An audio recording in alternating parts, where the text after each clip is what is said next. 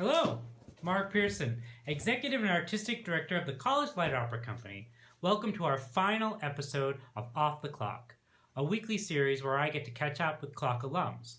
Off the Clock was made possible by a generous gift from Hope Lincoln Baker. This week, my final guest was Staff Sergeant Sarah Polinski. Let's hear what she had to say. Staff Sergeant Sarah Polinski, I'm so delighted to see you, have you here as our guest. Thank you so much for joining us. Oh, thank you, Mark. I'm so glad to be here. Thanks for inviting me on. So remind us when you were at CLOC and maybe some of the roles that people might remember you from. Yeah, so I had a beautiful season of CLOC in 2016. It was the year before my student teaching. I was a performance and education dual major. And I remember auditioning and sending in my tape literally like 2 days before it was due in December. I had my now husband, Lucas, help me with the recording. He was my pianist. We got everything in so quickly because I didn't know if I could do something like this. And this was the first time I had auditioned for a program. And my wonderful voice teacher, she encouraged me and she said, just go for CLOC, see if you make it. So I arrived the summer of 2016, and what an amazing Who's your opportunity. voice teacher? Yes, my voice teacher is Dr. Alyssa Rose from Mansfield University. She is the root of it all. That woman is such a tour de force of vocal pedagogy. I understand my instrument. I want to learn. I want to expand into cross-genre work, and she really, really helped me get there. And that led to CLOC, which was highlights. My goodness, would be. So I'm going to interrupt you right there because you were one of the few, I shouldn't say few, but you're one of the people that I have a vivid memory of you showing up at CLOC because, normally people show up at CLOC, which is the West Falmouth Inn, which is in good shape, but it's old and can look kind of creepy. And you came in and you just had the biggest smile on your face. And I don't think that smile ever left your face that summer.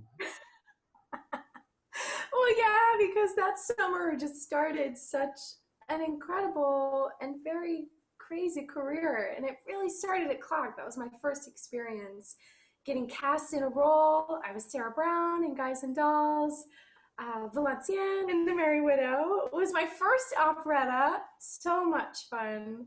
And Belle in Beauty and the Beast, which was wonderful. And Anne in A Little Night Music. So these roles were so different and very challenging. And I never thought that I could do something of that level with such a fast turnaround, literally in 9 weeks in the summer. It's such an incredible program. Do you have any favorite memories from your summer at CLOC? I was thinking leading into this interview, I remember there were these two little girls who came up to me after Beauty and the Beast. And one of the girls had this note with this beautiful Belle sticker on it. And I remember it said, Dear Belle, and it was BLL. It said, Dear Belle, you are like my favorite princess ever. I'm just crazy about you. I don't remember exactly what it said, but she had this prepared note. The intent was so genuine and so pure, and she really thought she was meeting Princess Belle. And that hit me, that all the lighting that went into it, all the orchestration, all the staging, all the ensemble numbers, all the solos and duets, everything arrived for this little girl.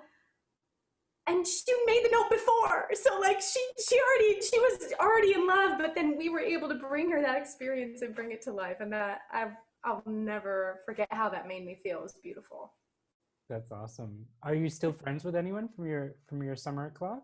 Oh my gosh, the great thing about CLOC is you meet people who end up having such incredible careers. And now with social media, you can follow their videos and be like, yes. And a springboard from CLOC, I met a lot of people at Ohio Light Opera the following summer.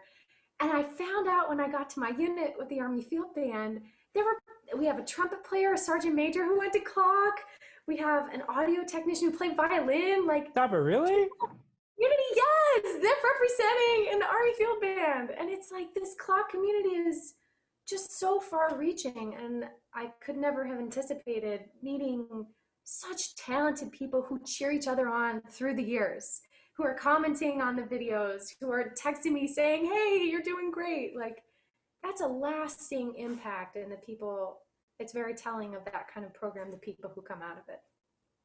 So you are a staff sergeant, and that's a very unusual place to find, I think, a CLOC alum.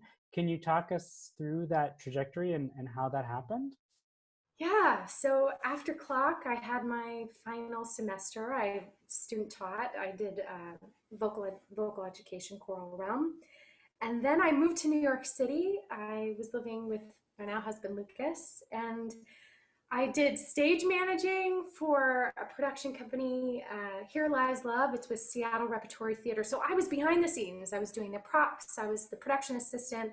I have a very great friend from my hometown who helped me get that job. And it was behind the scenes watching the performers rehearse in New York City. And I was just blown away. I just wanted to be on the other side.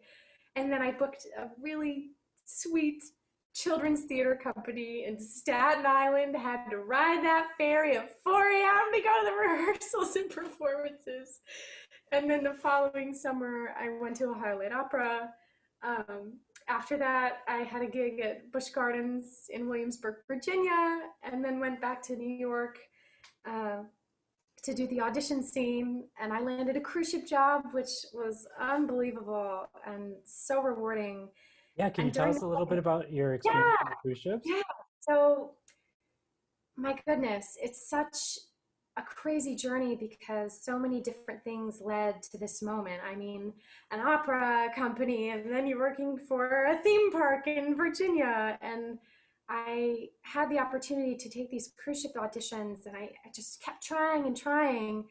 And it's one of those things where you have to be so persistent because you're continuously getting no's, especially in New York City. And I did an audition for an 80s pop cruise ship, which is not in my wheelhouse. I am not a Cyndi Lauper. But that casting director, I just went for it in the audition, and he ended up being the same casting director for Aida Cruises, which is the cruise ship that I did 2 contracts with. And that experience, I mean, they tell you go on the pool deck and So sing wait, back it up you for a know? minute. What happened? So you had this audition for the 80s cruise ship, which Yeah. you didn't get. No, I did not get it. So what happened? What happened next? So during the audition, I actually sang the male audition piece, and they just let me go, and I was just giving it and serving it.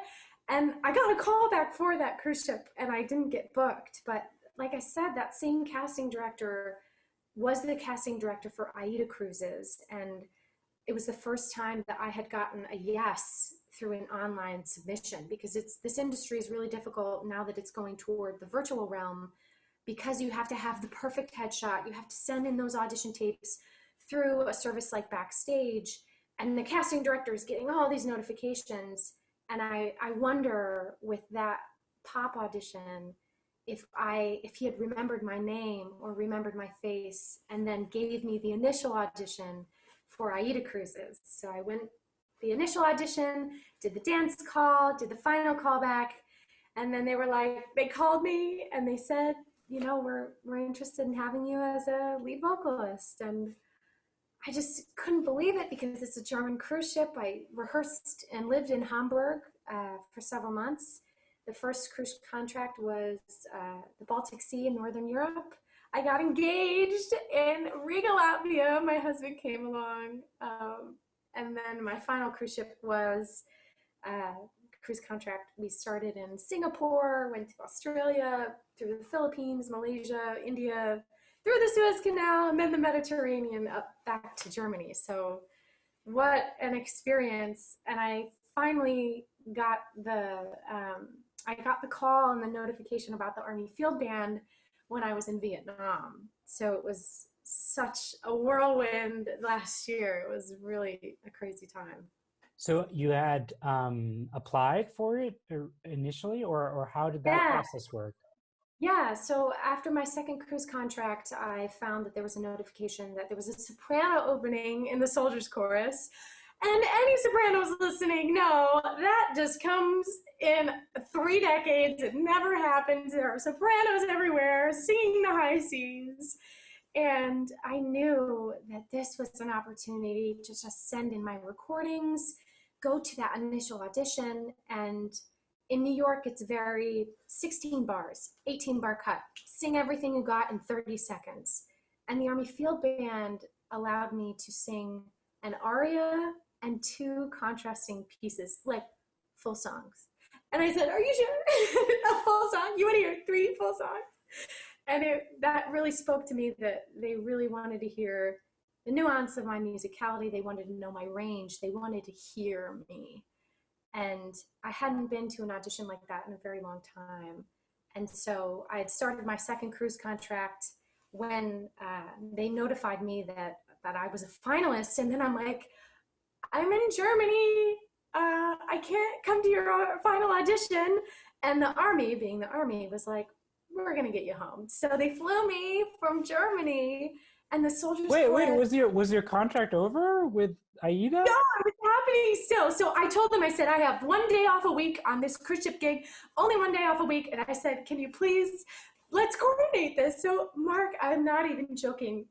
I got done with a rehearsal, took the subway to the airport in Germany, in Hamburg, flew to Frankfurt, then flew to Baltimore. They picked me up. I did the audition the day after. Like, my eyes were just so You red. must have been so jet lagged.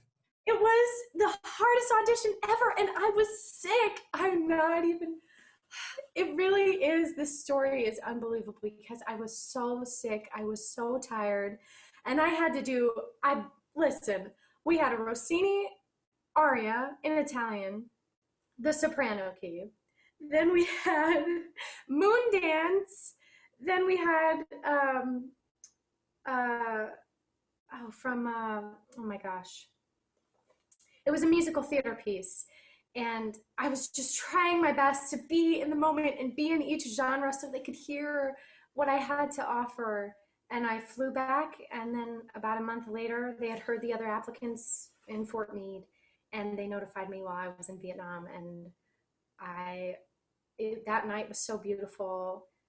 I remember the lanterns on the bridge. The lighting there is so warm, and I just remember that moment and feeling like something was really going to change. And it has so much. And I'm just so grateful that they gave me a chance. What a great story. So did you have a feeling like you had nailed that audition, or were you just feeling like I just botched that, now I have to go back to the You know, the saving grace that I really appreciated with the Army Field Band was we sang the songs, and then they had an interview. But as soon as I walked in, I literally started laughing because it's this entire block of soldiers in their uniforms just sitting so pristinely. And I laughed. I laughed when I walked in. I said, well, this isn't intimidating. I remember saying that, and like nobody laughed. And I was like, oh no. But when we got to the interview part, after all the music had happened, they asked me questions and really wanted to get to know who I was as a person. And really, this industry, it relies on your skills to be able to support other artists, and how you collaborate and how you work with other people and where that care comes from. And that really makes a difference. And that's what I really strive as much as I can in this industry, to care and to genuinely try to lift others up, because we're really all in this together. We're all connected. We need the audio technicians. We need the video production. I need that tenor over there harmonizing with me. We all need each other. And that interview was an opportunity for them to get to know me, even when I was so sick and so congested. I told them at the end, I'm like, I'm sorry, I'm so sick. And they were like, really? They were very sweet. But that was a great opportunity for them to hear me. And also, that interview, that meant so much that I could share myself. That's great. Can you tell us a little bit about what it's like. Like, what is your day like? What is your week like? Do you get up at like 6 in the morning, which for artists is Yeah, impossible? How does that at work? basic training, for sure. At basic training, it's you know, get up at 05, wake up, you have 20 minutes to get ready, you go out to formation, and you go to do Wait, PT, is zero you have zero breakfast five is 055 in the morning? at 5 a.m. Yeah, every day. And sometimes if you're doing something extravagant, you're going to the range. Extravagant, my goodness. The theater in me, really. If you're going to the range or if you have a PT test, it's 04:30. So I've always been a morning person. No, not at all. So Yeah. that was such an adjustment. But now coming to the unit after graduating basic training, COVID has changed a lot of things for us, but normally we are a touring ensemble. So 4 months out of the year, you'll find us across the United States in tiny little high schools to nursing homes to, beautiful theaters. We were supposed to play in Chicago until we had to come home from tour. And this ensemble prides itself on really connecting to Americans. I mean, not just people in these gorgeous theaters, but a high school chorus, and a nursing home and a dementia ward. Like these are the experiences I've already had, and I'm only a year in. And unfortunately, our tour was cut short because of COVID. But we've had to be so collaborative in this virtual performance, climate. And usually when we're touring in the year, it's such a different vibe and everything is very regimented. And here we found to totally deconstruct our normal schedule and completely rebuild, you know, okay, we're doing marketing. All right, we're doing video production. Okay, now we have to do educational outreach. And these are things that have made the unit really grow out of this really tough and devastating time. So the unit is usually a touring ensemble, but now we've become a virtual daily touring ensemble coming to a living room near you. So it's been such a change and a challenge. So how big is the group, is the unit?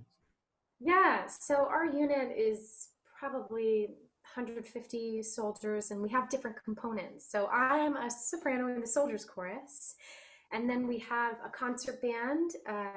We have a jazz ambassadors band. They are incredible.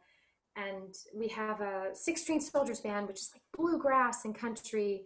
And so each component really has musicians who are so specialized, and it's been such an honor to meet people and get back to being around instrumentalists. I'm a saxophone player. I grew up playing saxophone, and I love the vibe from instrumentalists. And that's what I loved about CLOC. You're hanging out with instrumentalists as well. It's not just, vocalists. And that's so important to have that collaborative energy. And the different components have been really important to the unit because they all offer something different. The jazz band, they're going to give you some swing charts. They're going to serve you some improvisation solos that are just going to melt your face. I mean, and then the soldiers chorus can offer such gorgeous repertoire and also have soloists as well. So the components of the unit are really unique, and that's what's so special about it. Everyone brings something to the table. That's great. What kind of material do you usually perform? Yeah, so we, of course, representing the military, we do have patriotic tunes. We have um, the service forces. We have all the songs that we do every concert. We end thanking veterans and thanking people who serve. And in the heart of our concerts, we want to connect with people, and that demands an expansive repertoire. So we've had a cappella music. We have a group called Hua Cappella, like hua in the army is like a very encouraging term. So Hua Cappella. We've done that. We've done small ensemble groups. We have soloists who are singing. One of our soloists, Staff Sergeant Doran, is an incredible pop singer. So she comes out, she'll sing anything from, Aretha Franklin, she'll sing Amy Winehouse. Like, we have the versatility in this group and in the chorus, which is really important. We have classical musicians, we have classical singers, we have musical theater singers. So we offer that in our repertoire. We're able to do really gorgeous choral works, but also let's throw in some a cappella in there. Hey, you want to do a pop solo? It's really inspiring to be able to offer that kind of breadth of repertoire from the Soldiers Chorus. That's great. So I hear that you were very popular in basic training, and you may have actually won special.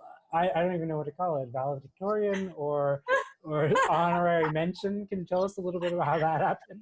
Oh, Mark, my goodness. So I graduated basic training last October, and there is an award called the Soldier of the Cycle. And this is a soldier trainee who turns into a soldier. And this person is supposed to represent the Army values and show dedication and show improvement over the course of those 74 days of basic training. And I had a really humbling experience because my drill sergeants really took the time to know me as a person. And I found that astounding because it's not what I expected and certainly not what other soldiers experienced. But I was very lucky. One of the first memories that comes to mind is we were walking through a field and we were picking up the trash. We were policing the field, and the drill sergeants make you do these things, to eat the time and keep you focused. And we were in this big field, and so I was like, no one's here. I'm just gonna start singing a little. And I come up to this like dilapidated, stands that was covered. It was just in the middle of the field, and I turn the corner and there are 3 drill sergeants sitting there, and immediately I went to parade rest and they stood up and they said, "Polinski, what are you doing?" I said, "I'm singing, drill sergeant." "What are you singing?" "Orange Colored Sky, drill sergeant." Who's that by? What is that from?" "Natalie Cole, drill sergeant." And then he paused. I'll never forget this. He paused and he said, "Keep it up, Polinski." I remember hearing it. Drill Sergeant White, if you're listening, thank you for believing me. Thank you for letting me sing. And from that day, Mark, I am not kidding, they would call me into headquarters. The command sergeant major was in there one day, and they brought me in. They're like, "Polinski, sing something." And I said, "What genre, drill sergeant?" They went nuts. So they really allowed me to express myself, which is almost unheard of, but that really made me feel seen. It made me feel like what I have as a soldier, I can offer that in my unique way and through music. And now I'm serving through music. And that's what's so special about this job and this unit. We can contribute artistically and share ourselves with the American public and make them feel wanted and make them feel heard and make them feel seen. And that's how I felt at basic training with the Soldier of the Cycle. It was such an honor, really. I love that story because for me it feels like the makings of a Broadway musical. I can already picture the scene, and it's like, "What are you doing?" "I'm singing." And it just turns into this big number where everyone sings. And then all the soldiers are like doing gorgeous choreography, of Yes! course. You can move in these uniforms. The Army is very brilliant in their design. So costumes take note for sure. Exactly. Really, you can do anything in these. You can sing, you can low crawl, you can shoot around, you can do anything. That's awesome. So Sarah, were you always, did you always know that you wanted to be a musician, a singer, or when did that happen for you? Yeah, so growing up, I was very active in my church chorus, and my church chorus happened to be the Polinski family. So we went to a very old Ukrainian Catholic church with a very specific tradition, and the language has been passed down orally. And so my parents, we would always sit in the choir loft, and we would always be singing, but there aren't instruments in that place of worship. So the instrument is your voice. And I have 4 older siblings, and we'd all be singing, and I wanted to get into the harmony and, oh, what's this? How does this sound like? And it was very much an ear training course for like a decade without any written notation. And that was really the start of wanting to share my instrument and being able to collaborate with my family. Like, we're literally singing every Christmas. We went around caroling in 4-part harmony, and that sparked this seeing other people getting joy from what you're doing. And when we'd go caroling and when we'd sing in church, it made people feel something. And that has carried with me for so long. And through my elementary school, high school career, I was a saxophone player, played in the marching band, jazz band, concert band, all the bands. And I sang in chorus. I went to state chorus 2 years, met incredible musicians, and but it really started in my church, and I'm so grateful for that sound always being around me every Sunday. It's really a special thing. Can you tell us a little bit about your process when you're approaching, if it's a role or even if it's just a song? How do you get into that? Yeah, so especially now, we've had to do a lot of different repertoire with these constant live streams every day.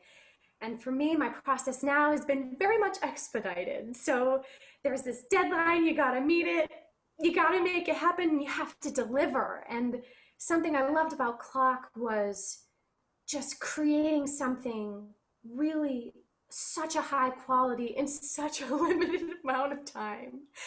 And honestly, that has helped me through my career, and especially now, you have to be able to deliver. And so my first thought when they say, Sergeant Polinski, what song do you want to do? What solo do you want to do?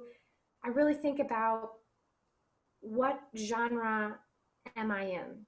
So I think, okay, am I pop Sergeant Polinski? Am I musical theater Sergeant Polinski today? Am I classical Sergeant Polinski today? And then you can immerse yourself into listening to different artists of that genre. So for example, I've been singing some jazz standards with the the jazz ambassadors, and you listen to an Ella Fitzgerald version. You decide you're in that jazz realm, and you're like, okay, I'm living here. I'm comfortable in this space. I'm jazz Sergeant Polinski. And then you listen to the Ella Fitzgerald version. You listen to the Billie Holiday version. Mel Torme, the Velvet Fog, has a gorgeous male version, and you're like, you want to listen to these artists to really live in that space, live in that genre, and get your ears to the sound concept that you want to create. And then it depends on the deadline. So you can either milk it, practice every day, you got this, or it's a deadline. Like on the cruise ship, they'll say, okay, tomorrow you're singing on the pool deck. Like, here you go. And especially now, these deadlines are such a fast turnaround for these virtual products. It can be very intimidating. But having that experience of CLOC and Ohio Light Opera, when you're creating this beautiful, massive production in a week, it helps you when you have a few weeks to learn a song for a virtual production now. Yeah. So it sounds like you have to be a bit of a chameleon in your Oh, yeah. work. Absolutely. So that's something I really am passionate about. I am a classically trained vocalist, and I love that work. I appreciate that work.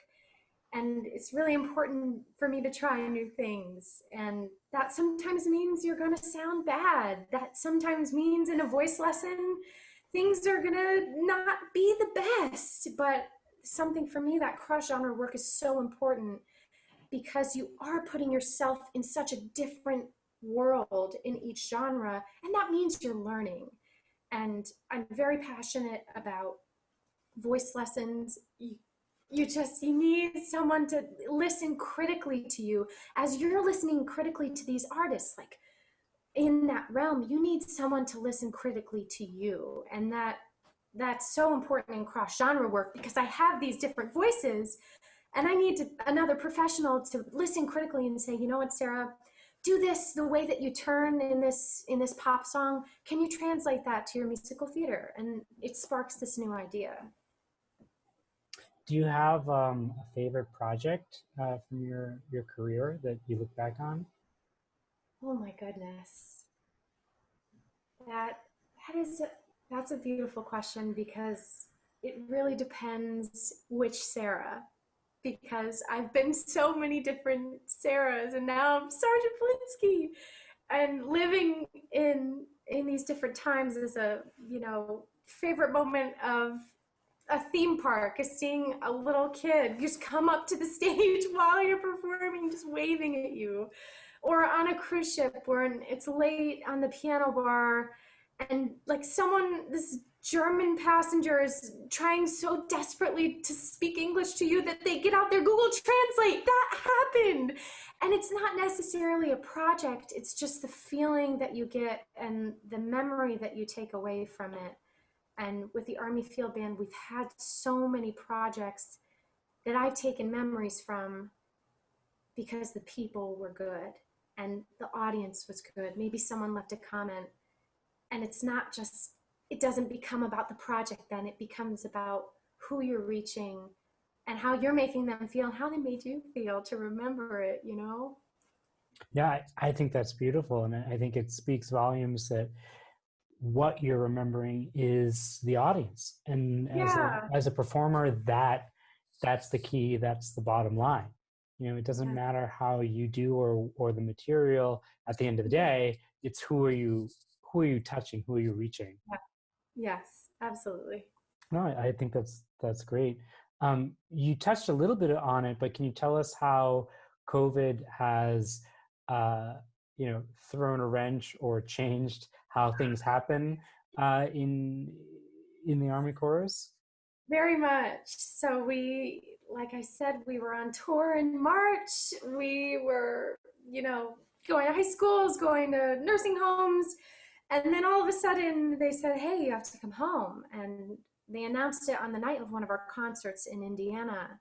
And we made our way back, and everyone was a little confused.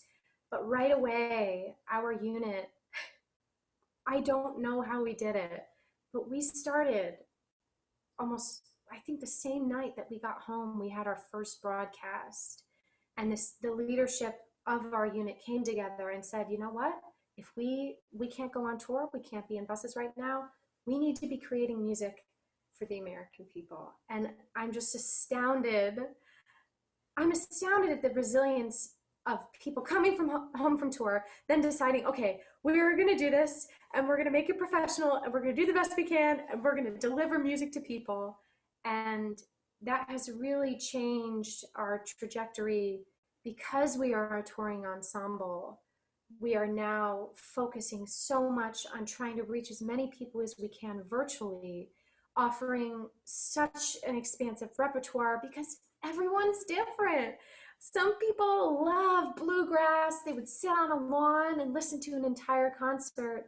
And some people love classical music. They love the arias. They love musical theater. So we're all trying to deliver as, instrumentalists, as vocalists, as jazz instrumentalists, as guitarists. Like everyone is coming together and bringing these virtual concerts. And it's really challenging because you usually get to welcome your audience into this beautiful space, or you come to their school and you come to their nursing home where they live, and it's very organic and it's very special and it's right there, and the reciprocation of the energy is so vivid and alive. And singing to cameras, I will tell you, I've never had that experience before, and it's very difficult, and you have to give even more as an artist, and that's really hard. It's very hard not to feel that energy coming back and forth, but that means you have to give more, and that's a challenge, but it's a really special challenge because you find new levels within yourself. You find, I pushed it this far to give this note, to deliver this message, and there's pride in that, there's joy in that, and there's certainly uncomfortable in that. Like I said, you got to be willing to crack. You might go flat, but at least if the energy is there and the intent is there, we're all professionals. We make it happen, and our audiences are our focus, and if we can give that to them in such a really difficult time for our country, then we service them, and that's so important. That's great. Um, I'm going to ask you one last question, which I'm asking all of our guests. Uh, and that is, if you had one piece of advice for your 20-year-old self, Sarah, what would it be?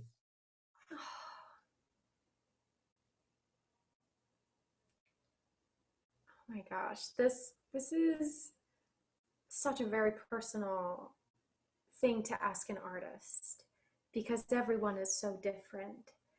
And for me, if I could look back at 20-year-old little Sarah, I would just tell her, bring love in everything you do. You have to bring the love. You must. The arts demand it. And you have to love yourself, even on the days when your voce isn't that clean, glistening coloratura that she used to be. You have to love yourself in a lesson when your teacher is really pushing you to go beyond and strive. And you have to love yourself and just forgive yourself because it's not always going to be perfect. And I would tell her, please don't strive for perfection. Just strive for love. Love. That's beautiful. That's really, I really, can't. oh, it I really mean, is. That's wonderful. Well, Sergeant Polinski, thank you so much for joining us. But more importantly, thank you so much for your service to our nation and also your service to art. thank you. Mark, you can't make me cry at the end of an interview. We can't cry in the army. No, just Oh, we kidding. can cry. We can't. Mark, thank you so much for having me. What an honor. CLOC has changed my life. It really has. It was such a starting point.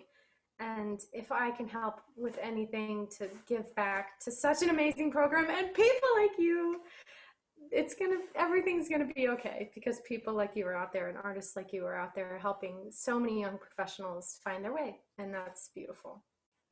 Likewise, we'll all be okay if people like you are here. Thanks, Mark. Off the Clock was part of our larger series, Digital Clock. Digital Clock was made possible by a generous gift from Liz and Phil Gross. If you'd like to learn more about the College Light Opera Company or our mission, or if you'd like to be a supporter, please visit us at collegelight.operacompany.com. We hope to see you all live at the Highfield next summer. Until then, stay safe and stay in touch.